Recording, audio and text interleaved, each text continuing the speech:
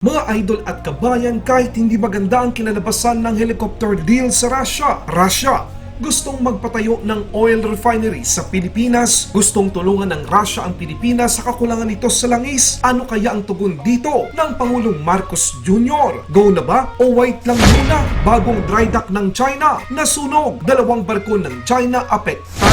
Kaya naman pala, ito ang isa rin siguro sa posibleng dahilan kung bakit na-cancel ang mga Russian helicopter. Dahil ayon sa bagong impormasyong inilabas ni Philippine Ambassador to the US, Jose Manuel Romualdez, kaya pala mura ang 16+1 na MI-17 dahil hindi kasama dito ang maintenance. Naku, eto na, Amerika, South Korea at Japan nagpahayag na magsasagawa ito ng hindi matutumbasang tugon sa North Korea kapag itinuloy nito ang nuclear bomb testing. South Korea at Amerika puspusan ang pagsasanay. Amerika, ipinakita ang maraming ammunition para sa 2 B-1B bomber na nakadeploy ngayon sa Guam. Ito ang mga balitang ating pag-uusapan dito lang sa Good News Philippines. Huwag kalimutang i-like ang video, mag-subscribe, mabilis lang ito, promise!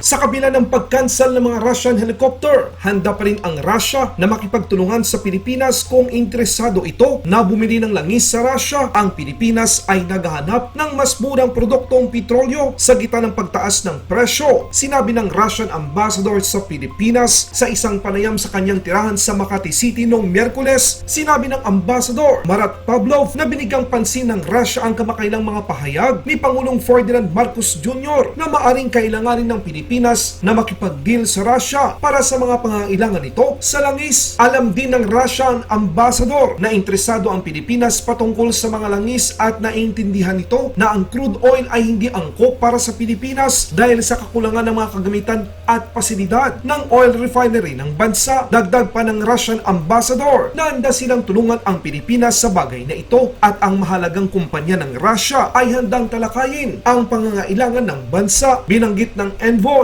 ng isang kumpanya ng Russia ay maaring mamuhunan at magtayo ng infrastruktura ng oil refinery sa bansa, ngunit nasa Pilipinas pa rin ang pagpapasya at gumawa ng panukala sa panig ng Russia. Hanggang sa mga panahon na ito, wala pang naging pahayag si Pangulong Marcos Jr. sa offer ng Russia. Ang bagong Drydock ng Chinese People's Liberation Army Navy ay lumilitaw na napinsala mula sa isang sunog ayon sa isang larawang nakuha ng satellite na ibinigay sa USNI News ng Maxar Technologies. Ang mga palatandaan na napinsala ng sunog ay makikita sa bagong Drydock ng Sanya sa Hainan Island. Ayon sa larawan, ang Drydock ay espesyal na idinisenyo para sa mga aircraft carrier ng China. Ang mga Drydock ay maituturing na isang madiskarting asset na nagpapahintulot sa lumalaking Chinese Navy na mas mapanatili ang mga barkong pandigma nito. Ang site na ito ay nasa ilalim ng konstruksyon sa loob ng maraming taon at naunang naiulat noong taong 2020. Ang nakapagtataka dahil bago at kakatapos lamang nito at maaaring hindi pa ganap na gumagana. Ang mga sasakyang pandagat na naapektuhan ng sunog ay lumilitaw ng 2 People's Liberation Army Navy tugboat. Ayon sa satellite image, ang kabuang lawak ng pinsala ay mahirap sukatin, ngunit ang pinsala ay tila malawak at ang parehong mga barko ay labis na nasira. Sa ibang balita naman, kaya naman pala unting-unting lumilitaw kung bakit napagpasyahan ni dating Pangulong Duterte at dating Department of National Defense Lorenzana na sa huling bahagi ng kanilang panunungkulan sa pwesto noong Hunyo 2022 ay kinansila ang deal sa 16+1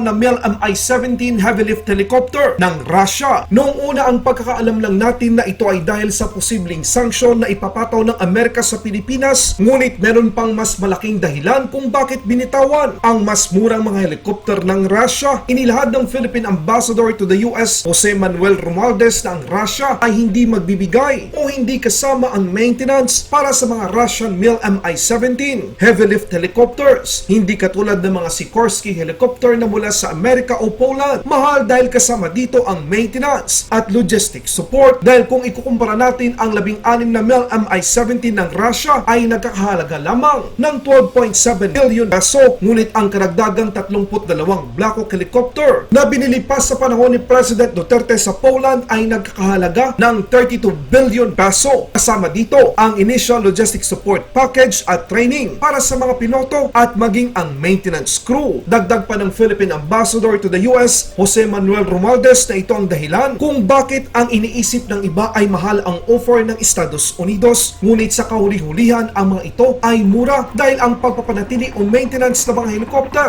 ay napakahalaga. Mga idol at kabayan, marahil ito rin ang dahilan kung bakit hanggang sa ngayon hindi pa makapagdesisyon ang Philippine Air Force sa kanilang mga multi-role fighter. Halimbawa na lamang pagdating sa offer ng Amerika na kung saan lantaran nila itong isinapubliko, ibig sabihin kahit sino pwedeng ma-access kung ano ang mga kasama ng bilyong dolyares na offer nito sa Pilipinas. Ang 12 F-16 Block 1772 sa halagang 2.43 billion US dollar. Ngunit kasama ang napakaraming mga kagamitang kinakailangan ng fighter aircraft, maging ang logistics support at services. Maglalagay din sila ng mga tauhan mula sa US government at contractor sa Pilipinas upang magbigay ng technical support para sa maintenance operation at upang magsagawa ng mga flight at maintenance training. Sa madaling salita, sasakay ka na lang sa F-16 para magsanay at kalaunan ay ready na for mission. Hindi katulad sa iba na kailangan pa nating hintayin ang ibang mga kinakailangang kagamitan bago pa ito tutulak sa totoong mga misyon. Ito ang isa sa mga rason kung bakit ang mga bansang Turkey, Pakistan, Slovakia, Taiwan, Poland, Romania, Greece, kahit na ang Argentina ay gustong-gusto ang F-16 ng Amerika. Halimbawa na lang sa dalawang Jose Rizal class frigate ng Pilipinas na nakuha natin sa South Korea, mura, ngunit hiwalay ang pagbili ng mga ammunition, missiles at mga countermeasures. Kaya inabot pa ito ng taon bago nating masabing capable ito na harapin at supilin ang mga posibleng banta ng isang kalaban. Sa ibang balita naman, isang bansang posibleng magbubukas ng mas malalang digmaan sa Asia. Ito ang bansang North Korea. Nagpahayag na kahapon, Miyerkules, ang Amerika, Japan at South Korea na magsasagawa ito ng hindi matutumbasang tugon ng mga magkalyadong bansa sa North Korea kapag nagsagawa ito ng ikapitong nuclear bomb test. Kaya nanawagan ang Vice Foreign Minister ng South Korea sa North Korea na iwasang dagdagan ang mga provokasyon. Kitang-kita naman na tuloy-tuloy ang ginagawang bomber task mission ng dalawang B-1B bomber ng Amerika sa rehiyon. Sa katunayan, kung akala ng North Korea na nagbibiro ang Amerika, ipinakita mismo ng mga airmen ng US Air Force na nakatalaga sa 28 Munition Squadron, Ellsworth Air Force Base, South Dakota, na dala ang mga MK-62 Quick Strike Naval Mines sa isang B-1B Lancer bilang suporta sa isang misyon ng Bomber Task Force ng Amerika. Ipinakita din ng South Korea ang paghahanda nito sa pagsasagawa ng amphibious combat drills. Maraming salamat, ang tagahatid ng balita, Good News Philippines. Mabuhay ang mga Pilipino, mabuhay ang Pilipinas!